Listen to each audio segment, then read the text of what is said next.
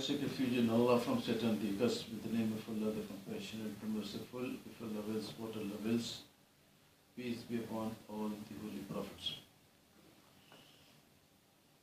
This is the second lecture on the religion of Baha'ism.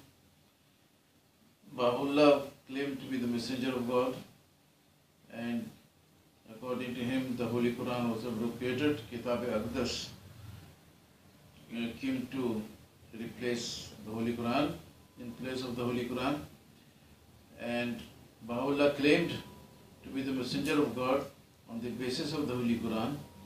And he said the Holy Quran is a book from Allah, from God. So he says that the Holy Quran has been abrogated. But when he says abrogated, it cannot mean that everything in the Holy Quran is abrogated. Like Allah has created everything, cannot be abrogated. Like Allah is the first, cannot be abrogated.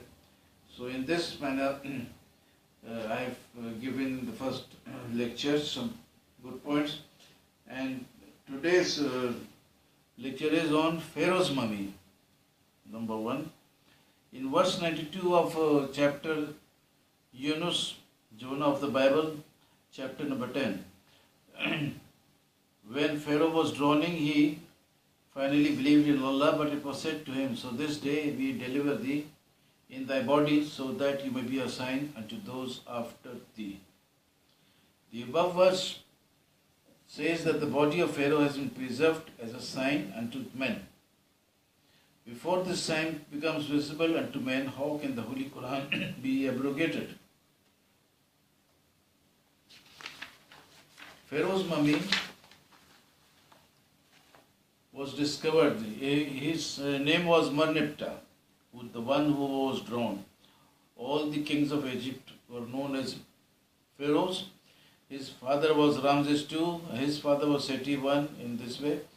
And Merneptah drowned in the Red Sea while following Moses. His body was identified in 1898 AD, and Baha'u'llah died on 29th May 1892. So Baha'u'llah died 6 years before the mummy of Pharaoh was discovered. Baha'u'llah therefore had no right to abrogate the Holy Quran until Pharaoh's body was visible to men. So this is one point. Since the point is small, so I would like to add one more point to this lecture, and that is man is not number one creature. On page 179, gleanings from the writings of Baha'u'llah, 1983 edition, man, the noblest and most perfect of all created beings. The Baha'is think that man is number one creature, that is, man is above all creatures in status. But the Holy Quran in Surah Bani Israel number 17, chapter 17, verse 70 says, we have preferred the children of Adam over many of them whom we have created with a preferment. So man is better than many creatures, but not all creatures. This means that there are creatures better than mankind. Mankind is not number one creature. Baha'ism has failed in the test number 3. So Baha'i faith is wrong and therefore not from Allah. Now, when the Holy Quran says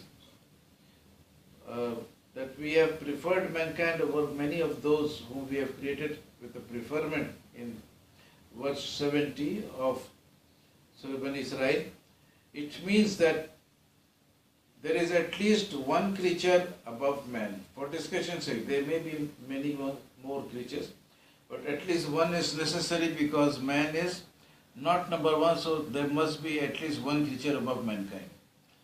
And since man is greater, has been preferred above many of those whom Allah has created with preferment, so for the sake of discussion, at least 3 creatures must be below man.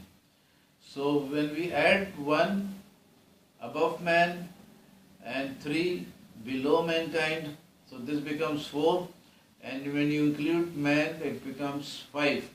So there must be at least 5 creatures, but Baha'i religion says that mankind is number 1. Even the Muslims think that there are only 3 creatures, mankind, jinn and angels, preferred creatures. There are elephants and tigers, but those are not being talked about in this verse. The preferred creatures. So the Muslims also think that there are 3, that is namely angels, jinns and mankind. But according to this verse, there should be at least 5 creatures, 1 man, 1 above man and 3 below man, so the total comes to 5. So in this test of truth, Baha'i also fails, because the Baha'i thinks that man is number 1, but the Holy Quran says man is not number 1. So Baha'ism has failed in this test of truth. So goodbye for tonight. All the best.